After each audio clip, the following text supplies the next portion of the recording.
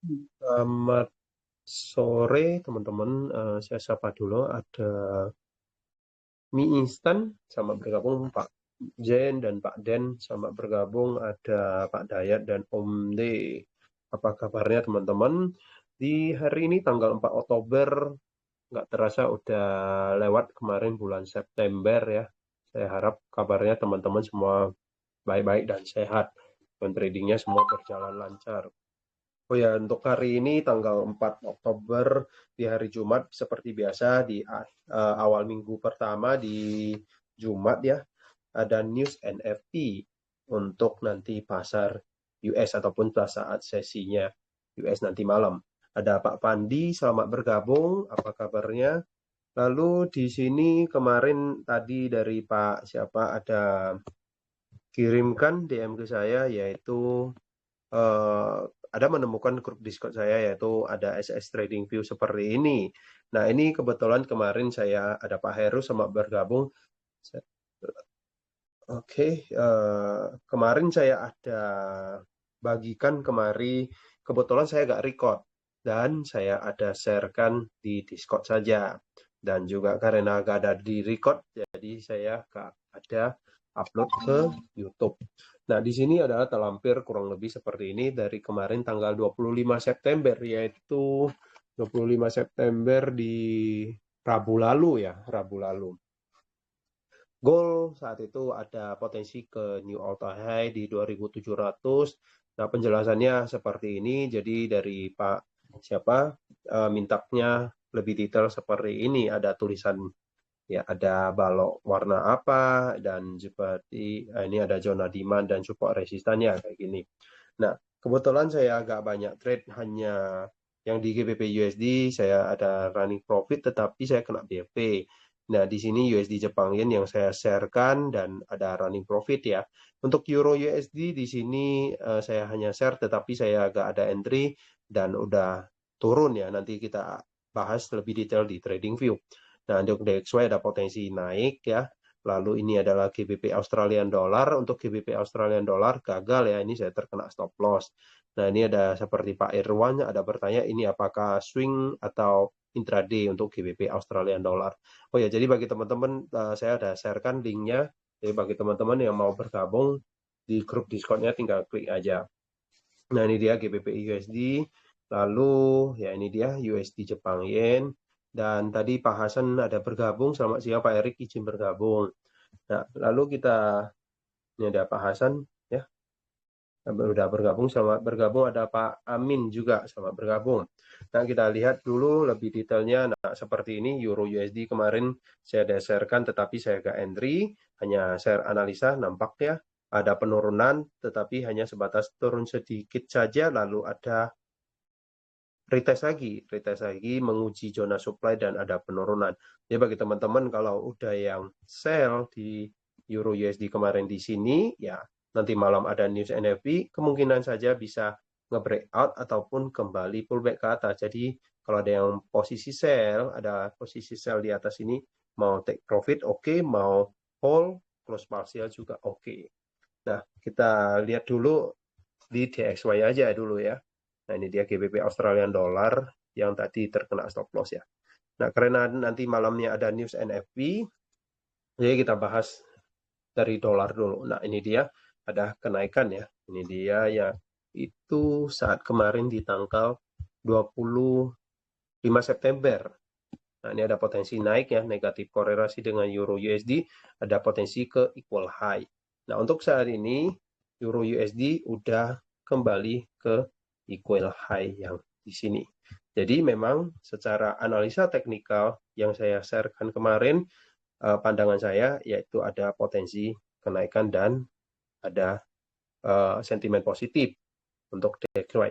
Jadi untuk sekarang nanti malam kebetulan ada news DXY-nya gimana ataupun news NFP kita bisa lihat secara lebih besarnya di daily dulu. Nah, untuk daily kemarin harga kembali ke low yang di tanggal 28 Desember di 2023 ya. Lalu sempat sideways lumayan lama dan ada penguatan.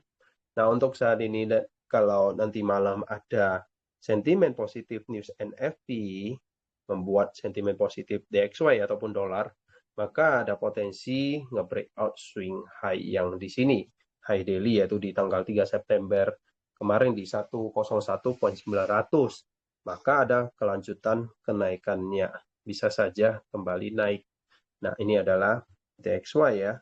Apakah ada sentimen jika newsnya data liris nanti malam saat news NFP muncul? Jika saja datanya nilainya keluar negatif, otomatis membuat sentimen negatif di DXY, maka dolar ini akan ada pelemahan. Karena kita lihat secara dari kemarin di tanggal 27 Juni ya, ini memang masih tren bearish ataupun penurunan, di mana ciri-cirinya ada tandanya yaitu membentuk sebuah swing low yang lebih rendah daripada low sebelumnya. Nah, ini dia adalah low sebelumnya, yaitu low yang lebih rendah daripada low sebelumnya di sini. Nah, kalau dilihat secara pergerakan harga short term-nya, memang ada kenaikan ya sejak kemarin saat tanggal 30 September. Ya, kemungkinan saja ada saat news tersebut ataupun saat itu ada membuat news naik ya, ataupun membuat sentimen positif. Nah, kalau dilihat dari pergerakan sejak kemarin tanggal 20 Agustus ya, ataupun sekitaran berapa ya, 2 bulanan ya ini ya. Coba hitungkan. Ya, 45 hari, hampir 2 bulan. Di mana pergerakannya memang masih sideways di range batas atas dan sekarang kembali di range atas di 102.110. Nah, ini dia penentuan nanti malam news NFP, dan biasanya saat news NFP minggu depannya ada news CPI dan PPI, bahkan sampai FOMC. Jika kalau newsnya nanti malam membreak sebuah batas atas ini, maka ini akan potensi penguatan untuk dolar sampai bulan ini ataupun sampai bulan Oktober, karena di sini adalah membentuk sebuah swing high. Tetapi bisa saja plan-nya itu ataupun skenario-nya bisa saja harga akan kembali sideways di kotak yang ini. Ini saya tergeser, maaf. Kurang lebih seperti ini. Maka kemungkinan saja saat ini datanya mix ataupun masih netral. Dan kalau kita lihat secara pergerakan saat ini ya, yaitu sejak kemarin di bulan 7 ini memang masih penurunan. Itu dia. Jadi saya masih wait and see untuk market USD ini. Tetapi bisa juga berpotensi bullish ya, karena sejak kemarin tertahan di area demand di bawah sini dan ada kenaikan yang signifikan. Itu dia. Lalu kita pindah ke market Australian dollar. Untuk Australian dollar, jika kalau USD-nya akan bullish ataupun menguat sentimen positif, maka untuk Australian dollar ini ada potensi pembalikan arah, di mana secara teori di mana saat ini harga lagi kembali ataupun masih tertahan di area supply. Ini adalah balok supply di sekitar harga 0.68370. Di bawah sini adalah sebuah zona demand ataupun permintaan. Kemarin close candle hari Kamis semalam, di mana lumayan bearish ya. Ini adalah nampak seperti fake out ya di sini. Ini adalah fake out. Maka untuk Australian dollar, jika kalau dolarnya nanti membuat penguatan ataupun sentimen positif, maka untuk Australian dollar ini akan ada pelemahan ataupun ada penurunan. Karena di sini market ini AUD USD-nya di belakang, maka akan negatif korelasi. Nah, ini saya lihatnya lebih ke mencari peluang sell untuk nanti malam. Lalu kita pindah ke time frame di market berikutnya di Euro USD ya. Untuk Euro USD malah kebalikan, malah sudah duluan turun ketimbang di Australian dollar. Jadi secara teknikal untuk market euro saat ini memang lagi pelemahan ketimbang Australian dollar. Australian dolarnya ya, tampaknya di sini euronya duluan turun duluan sejak kemarin tanggal 26 September. Tapi saat ini sudah tertahan ataupun kembali ke zona demand di bawah sini. Jadi untuk Euro USD apakah nanti malam akan melanjutkan penurunannya, tergantung nanti datanya saat news NFP muncul. Nah, untuk seperti ini, kondisi seperti ini, apakah boleh sell? Boleh-boleh saja, tergantung plan ataupun gaya trading teman-teman masing-masing. Ketimbang di Australian dollar, saya akan lebih memilih di sell di Australian dollar. Karena ada potensi yang lebih jauh ketimbang di Euro USD. Ya, ini dia. Kecuali tunggu nge-breakout, retest, baru sell lagi dengan target ke bawah sini juga masih oke. Lalu kita pindah ke market berikutnya. Untuk USD Kanada, USD Kanada ini juga positif korelasi dengan Australia, dengan dolar ya maksud saya. Nah, untuk ini USD Kanada sebentar. Ini ada satu, saya buat garis horizontal dulu. Oke, maaf. Sebentar. Ini ada Pak Iqbal, Pak Gomeng, Pak Rey sama bergabung. Bentar, ini ada kendala teknis. Oke, ini bukan. Saya mau add alt draw horizontal line. Ini dia. 1.34. Tinggi ke bawahnya. Oke, ini dia. Nah, untuk 1.34200 bisa teman-teman lihat. Kenapa saya buat garis bantu horizontal? Ya, nampak ya teman-teman bisa lihat beberapa kali harga tersentuh di harga 1.34200, harga tertahan dan ada kembali kenaikan. Nah, kemarin juga sama di tanggal 26 September tertahan lalu ada kenaikan. Ini dia. Jadi untuk USD Kanada ini jika kalau ada kenaikan, maka ada potensi ngejar ke swing high yang di atas ini. Jadi bagi teman-teman kalau yang kemarin ada spekulasi buy di sini, ya pastinya saat ini udah close partial set BLP. Karena nanti malam ada news NFP. Kita tahu saat news bisa saja sentimen positif, maka mendukung secara data fundamental dan juga sejalan dengan teknikal, maka ada potensi ngejar ke atas ini. Tetapi bisa saja nadanya muncul negatif ataupun bertolak belakang, artinya bisa saja ada penurunan koreksi. Karena kita lihat secara daily di sini ada imbalance dan juga di sini adalah sebuah zona demand di time frame H4. Disitulah nanti saat pullback bisa cari peluang entryan buy. Ini dia untuk USD Kanada. Untuk lebih detailnya kita bisa pindah ke time frame H4 ya. Ini saya izin hapus dulu coretan saya.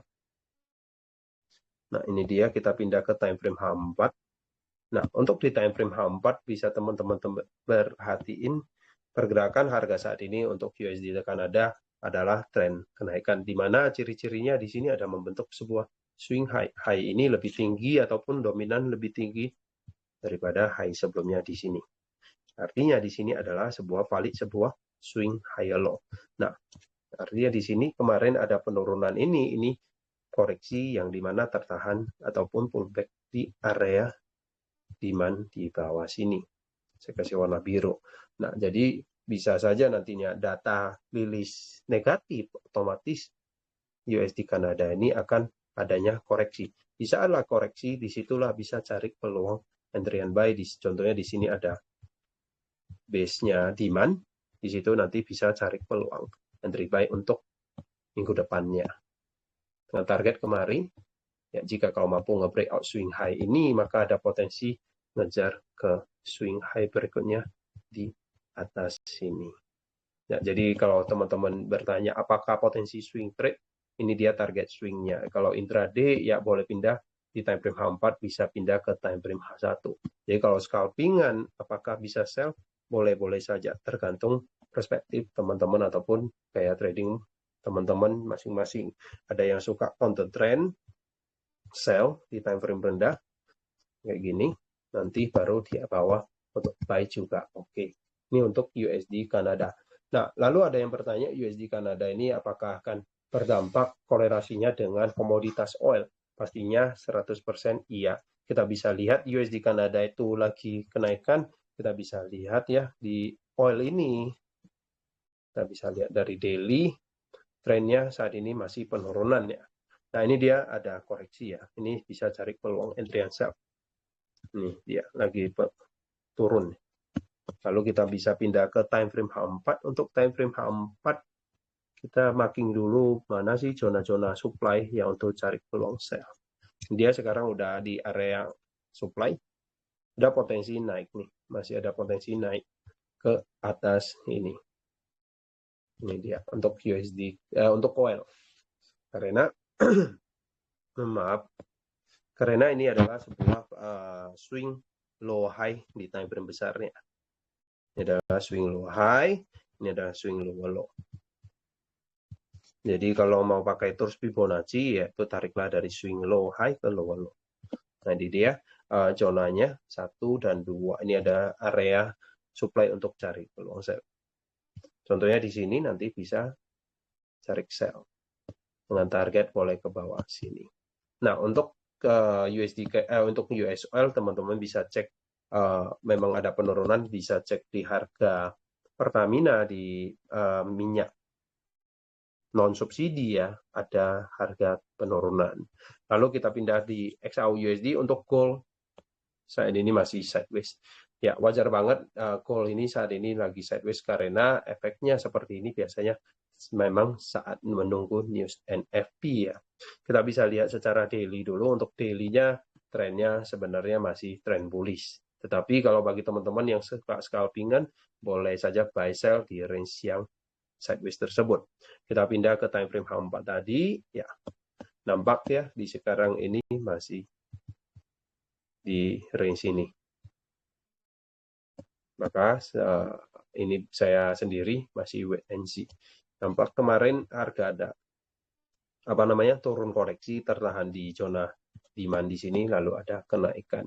Jadi bagi teman-teman kalau ada yang nge-buy di sini, pastiin udah close parsial karena juga nanti malam ada news NFP. Bisa saja saat news, karena kita tahu nanti akan berpengaruh ke DXY ataupun dolar. Jika kalau sentimen positif untuk DXY-nya ini, maka akan adanya penurunan koreksi. Tetapi bisa saja sentimen negatif untuk dolarnya akan ada potensi ngejar ke swing high H4, yaitu di all time high saat ini di sekitar harga 2.685. Jika kalau mampu nge-breakout harga tertinggi saat ini di 2.685, maaf, ada potensi kejar ke di 2.700. Jadi ya untuk harga gold per troy ounce-nya. Lalu saya pindah ke USD Jepang Yen. Nah ini dia untuk USD Jepang Yen yang kemarin saya sharekan, saya udah hapus ya. Saya buka kembali di sini. Jadi bagi teman-teman kalau yang ada buy, pastinya udah close partial. Ini dia USD Jepang Yen yaitu yang saya sharekan. Market masih sideways, lagi menunggu news ya. Ini saat tanggal 25 September, di mana di sini adalah balok zona demand. Nampak harga respect banget dengan zona demand di bawah sini. Dan udah ada kenaikan kembali ke swing high ini. Kenapa sih harga ini ada penurunan ya? Mungkin teman-teman ada muncul pertanyaan, ini kenapa ada penurunan ya? Kenapa sih di sini ada penolakan? Karena pergerakan harga itu naik turunnya berdasarkan zona supply dan demand. Di sini adalah sebuah zonanya supply. Di sini juga adalah sebuah zona demand.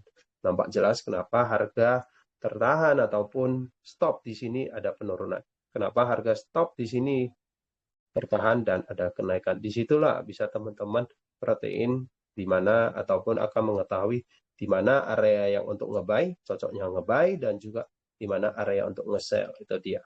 Contohnya di sini counter trend sell ya udah running profit. Apakah bisa hold sampai ke bawah sini? Pertanyaannya tergantung nanti pergerakan yang terjadi. Karena kita tahu trading itu hanya berdasarkan mengikuti pergerakan harga yang terjadi. Jadi kita hanya analisa mengikuti semua tentang probabilitas. Kita pindah ke time frame H1 contohnya yang udah sell di sini contohnya. Udah running profit. TP-nya target misalnya ke bawah sini. Maaf, saya tergeser. Contohnya ke height dan base di sini ya. Ini ada zona supply. Ya ini udah running profit. Ya mungkin teman-teman ya di sini perhatiin. Di sini udah membentuk sebuah swing low. Maaf. Yaitu low yang lebih rendah daripada low sebelumnya. Tapi Bisa juga pergerakan penurunan ini hanya sebatas koreksi sebelum udah kenaikan. Jadi kembali lagi ke plan ataupun kayak trading masing-masing. Jadi kalau ada yang sell di sini mau hold coba sampai ke bawah sini, kembali lagi cek di posisi awal. Misalnya entry-nya 0,01 ya agak susah untuk hold sampai ke bawah sini. Boleh saja 0,01 take profit di sini, ataupun kalau lebih dari 0,01 ya mau close parsial, sisanya biarin sampai ke TP, dan juga pastinya udah set stop loss plus ya di area entry, SL plus ya di area entry. Artinya nantinya mana tahu newsnya mendukung ada pelemahan, ya maka akan take profit. Tetapi bisa saja akan berbalik arah kena BOP. Itu dia. Lalu saya pindah ke market berikutnya. Saya hapus dulu, maaf. Untuk market berikutnya, untuk pound sterling ya, GBP USD.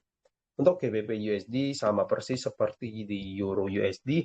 Untuk Euro USD ada penurunan dan GBP USD-nya juga ada penurunan karena efek dari penguatan dari DXY-nya. Nah, kemarin saya ada buy GBP USD saya sharekan di Discord.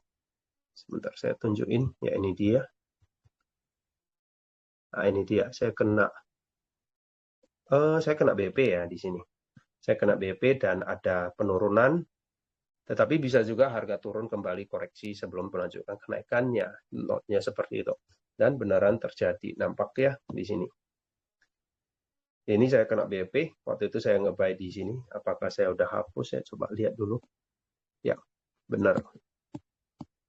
Saya buy dan saya kena BP. Dan ada turun agak dalam, baru ada kenaikan.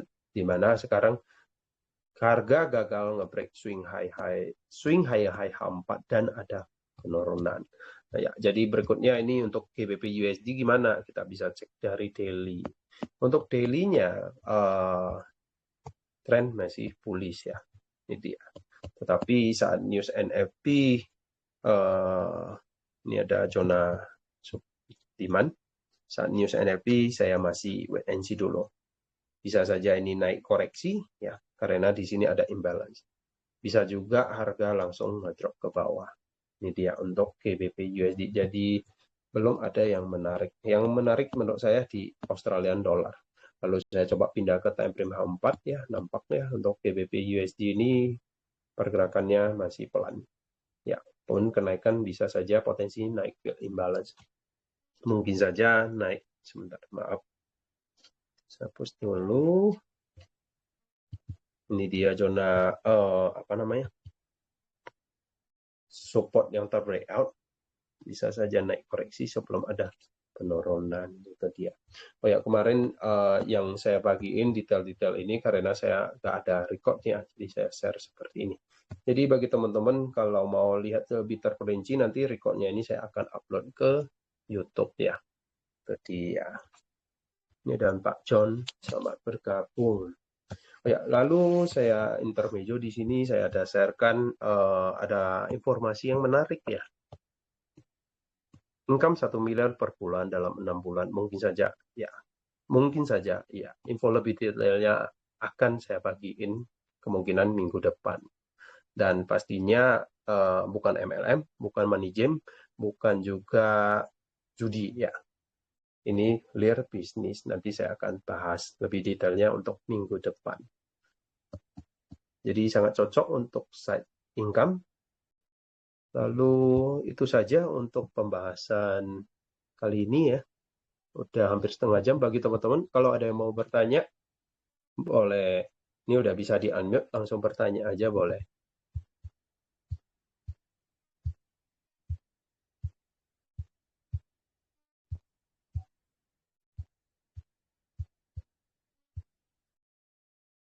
Floating profit apa ini? Saya lupa ini. Oh, ini USD Jepang Yen. Ini saya kena BOP. Izin bertanya Pak Erik. Siap Pak. Silakan Pak.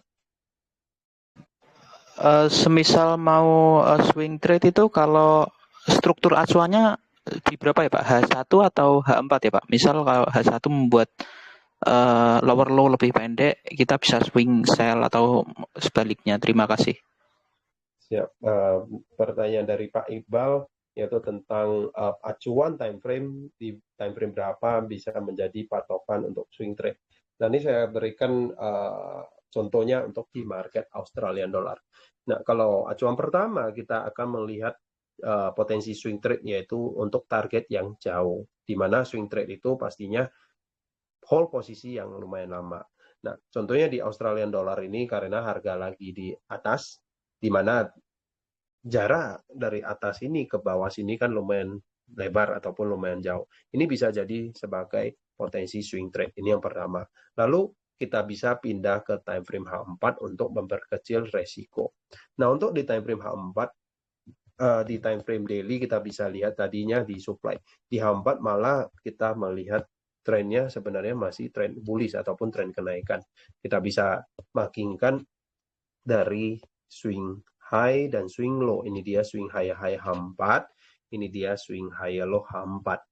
Nah, untuk ininya saya hapus saja dulu supaya agak mengganggu. Nah, ini dia tren kenaikan. Di sini juga adalah sebuah zonanya demand. Zona demand di H4 ya. Saya kasih warna biru. Nah, karena kebetulan nantinya malam ada news NFP, kalau sekarang sell belum begitu konfirmasi. Dan pastinya stop loss mungkin agak lebar ya, ini dia. Nah, jadi biasanya saya akan menunggu zona ini terbreakout.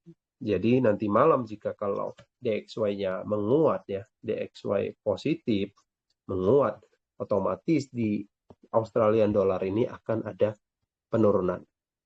Penurunan ini otomatis akan membentuk sebuah swing low, yaitu low yang lebih rendah daripada higher low di sini. Saya tulis saja keterangannya di sini ya Pak.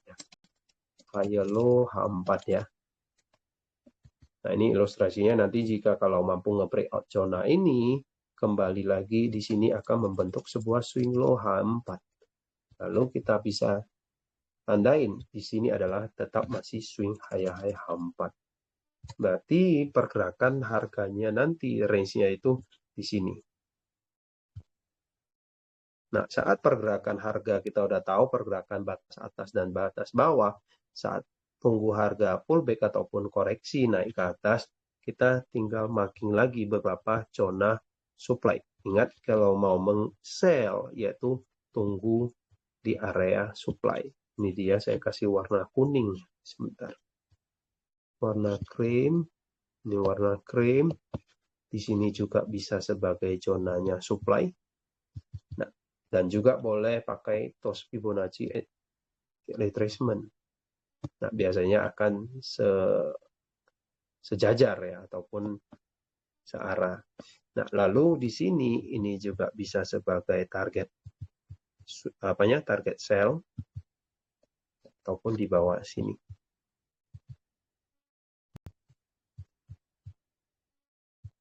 Nah, jika kalau nantinya nge-breakout membentuk swing lower low, tinggal tunggu harga pullback ataupun koreksi, contohnya di sini, nanti di situ bisa sell. Ambil posisi sell, sebentar, baru target ke bawah sini. Jadi kesimpulannya dari time frame daily dulu, maaf, daily, lalu H4, entry-nya di time frame H1, dicoba. Ini Pak, kurang lebih seperti ini. Jadi tinggal tunggu konfirmasi membentuk sebuah swing low, yaitu di H4. Pak. Lebih konfirmasi, karena saat ini udah di zona demand H4. Ini Pak, dari pertanyaan Pak Iqbal tadi. Cukup jelas Pak? Untuk konfirmasi entry-nya di H1 berarti ya Pak? Biasanya saya di H1 ataupun M30 Pak, ya benar. Baik, terima kasih Pak Erik atas jawabannya Pak. Boleh, sama-sama Pak. Nah, di sini kita bisa lihat karena kita tahu pergerakan harga itu akan berdasarkan dari zona ke zona. Nah, ini sekarang ada dua skenario di mana trennya di H4 sekarang memang masih tren kenaikan. Nah, bisa saja nantinya DXY-nya negatif, maka di Australian dollar ini akan ada kenaikan. Itu dia. Akan ada kenaikan ini. Mungkin ada tipe trader yang suka buy stop ataupun sell stop ya. Ya, kalau saya pribadi nggak begitu memahami ataupun menggunakan ya. Contohnya sell stop di sini, ada juga yang pakai buy stop di atas ini. Target kemari, stop loss mungkin kemari ya. Tadi ya. Nah, ini dia. Kurang lebih seperti itu. Jadi kita paling menunggu saja dulu konfirmasi lebih pastinya gitu, Pak. Oke, ada lagi yang mau bertanya? Ini saya hapus dulu ya. Oke. Oke, saya rasa kalau nggak ada lagi yang mau bertanya, saya rasa udah cukup. Udah lumayan lama, udah setengah jam. Terima kasih teman-teman sudah luangkan waktunya. Seperti biasa nanti saat news NFP biasa kita akan tahu saat news biasa pergerakan harga akan sangat cepat. Jadi selalu menggunakan resiko yang kecil. Yang penting boleh coba dari lot yang kecil. Misalnya kalau teman-teman suka pakai 0,05 ya oke-oke saja. Tapi kembali lagi ke preferensi ataupun gaya trading masing-masing. Oke, selamat sore dan juga terima kasih teman-teman ya.